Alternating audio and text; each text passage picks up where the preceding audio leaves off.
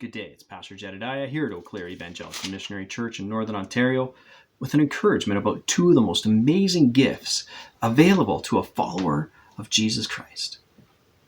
Unfortunately, many people don't even want to have much to do with these gifts. I don't understand why, but I want to encourage you, don't miss out. Don't miss out on what God the Father is providing for us. John chapter 14. We hear about the Holy Spirit, how God the Father was going to give the Holy Spirit to dwell within us. Isn't that within us all the time? So we can actually grow and be like Jesus and show Jesus off to the world and do even some of the things that Jesus did. We could pray for people and see God move in their lives. We can forgive others as Jesus forgives, as God forgives us. Listen to what it says. John 14:15. If you love me, you'll obey my commandments. And I'll ask the Father, and he'll give you another helper who will stay with you forever. He is the Spirit who reveals the truth about God. Now the world cannot receive him because it can't see him or know him. Isn't that the truth sometimes? Where a lot of people, they have to see it and touch it, or that's just not real.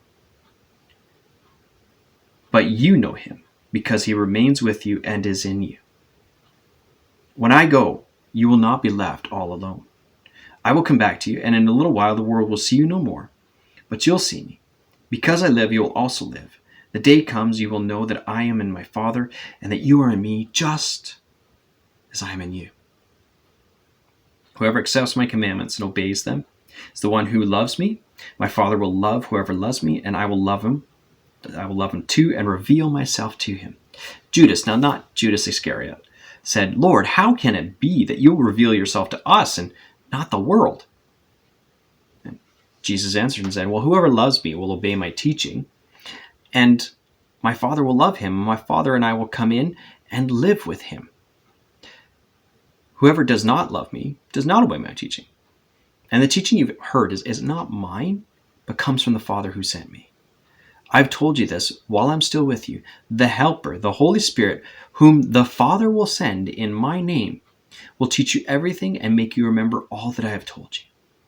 So that's one thing, is the Holy Spirit helps us remember what Jesus told his people. Another thing that also the Holy Spirit does is empowers the church to do what God asked them to do. Individuals and groups. And he actually told them later on, don't go anywhere or do anything. Wait, tarry in Jerusalem until the gift of the Holy Spirit comes. And boy, when the Holy Spirit came, he showed up with power. And even Peter, who we know the mistakes that Peter makes, he has a tendency of putting his foot in his mouth, stumbling over words, getting riled up over nothing, and not necessarily known as a theological superstar, preaches one of the first evangelistic message, and thousands get saved. Thousands change their life. Not only that, these people become a community. And that's where the church is born. And that's the other thing I want to talk about as a gift from the Holy Spirit and from God is the church. The gathering of believers together. That's what the church is. It's not a building. It's called the ecclesia or ecclesia. It's a gathering of people with the same purpose to change things. That's us. Who's the purpose? We actually have a person who's our purpose. We gather because of Jesus Christ, not because our family. It's all of us individuals that want to follow Jesus together.